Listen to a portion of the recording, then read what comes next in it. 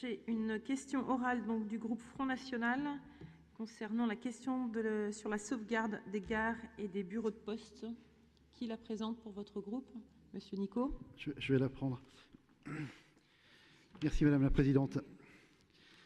Depuis quelques mois, la volonté inexorable de la SNCF et de sa direction régionale de fermer les guichets des petites et moyennes gares de la région s'est intensifiée. Une gare comme celle de la Ferté-Bernard, par exemple, a vu ses horaires d'ouverture de l'enceinte de la gare et du guichet réduits en semaine et le week-end, prémisse d'une fermeture annoncée de la gare. L'objectif non avoué mais bien compris de la SNCF est de ne laisser à terme qu'un ou deux distributeurs automatiques de billets pour les usagers, laissant les bâtiments à l'abandon et supprimant des postes de guichetiers. La Ferté-Bernard n'est hélas pas une exception. Dans la région, la gare de la commune de Mayenne a fermé, idem pour le guichet de Couéron, j'en passe, parce qu'il y en a beaucoup. Ce processus inexorable fait écho aux fermetures de bureaux de poste. SNCF et La Poste, même combat. Les guichets de poste de Nantes, Saint-Donatien, Angers-Vernaux ont récemment fermé et celui de Saint-Nazaire, Villeport ne devrait pas tarder à subir le même sort. L'explication de la rentabilité ne tient pas toujours, puisqu'à la Ferté-Bernard, par exemple, ce sont près de 1000 usagers par jour qui empruntent les quais de la gare.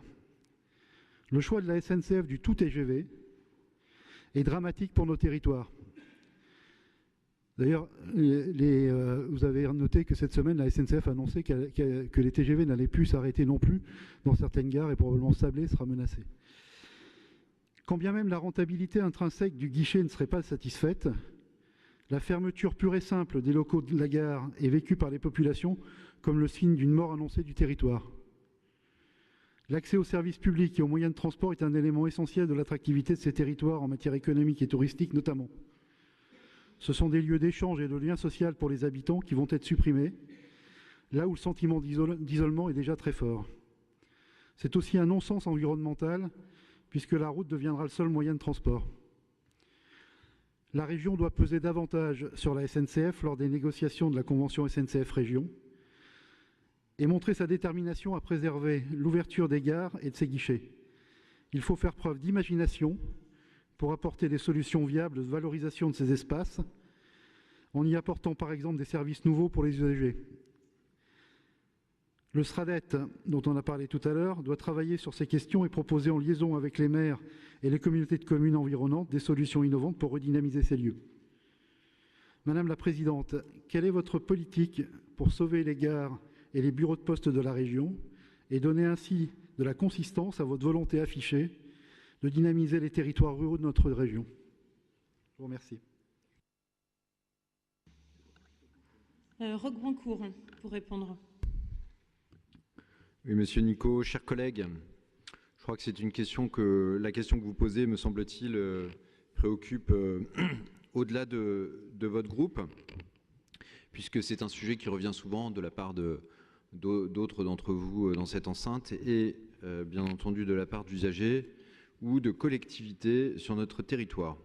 C'est donc un sujet auquel nous accordons une très grande attention et je dois dire que je partage beaucoup des préoccupations et des points de vue que vous avez exprimés dans votre question.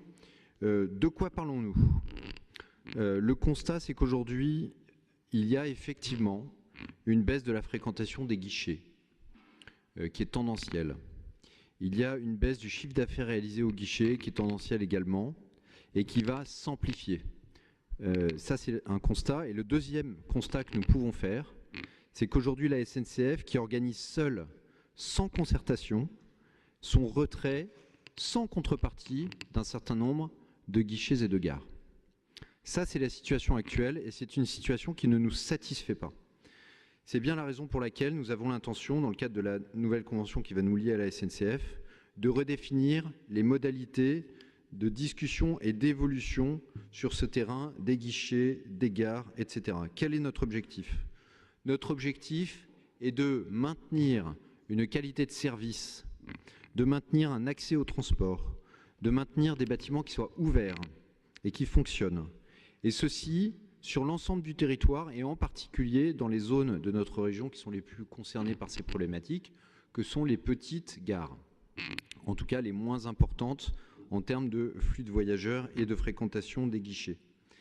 Pour ce faire, nous inscrirons dans la convention que nous signerons avec la SNCF une méthodologie, un calendrier qui permettront de garantir que toute évolution soit réalisée dans un cadre et après une réelle concertation qui nous donnera à nous, régions, la possibilité de peser et d'influer sur les solutions qui seront apportées. Je voudrais vous dire également que vous avez mentionné le fait que de nombreuses gares étaient... Alors évidemment, je ne sais pas si on remonte très longtemps en arrière, mais aujourd'hui, moi, j'ai eu connaissance de 2 cas sur lesquels il y a eu des négociations, l'une qui est terminée, l'autre qui est en cours dans les gares de Chemillé et du Pouliguen, pour lesquelles nous avons proposé en accord, car c'est un point très important, en accord et avec l'implication de la communauté de communes ou de la commune concernée, car vous évoquez dans votre question le fait de faire preuve d'imagination, d'apporter des services nouveaux et de valoriser les espaces. Cela ne pourra pas se faire sans la participation de la collectivité concernée, et c'est tout l'intérêt de mettre en place une méthodologie qui garantisse une concertation et une codécision sur ce type d'évolution. Donc comptez sur nous pour le mettre en œuvre, c'est déjà le cas aujourd'hui, et nous allons poursuivre cet effort et l'inscrire dans la future convention que nous signerons prochainement. Merci.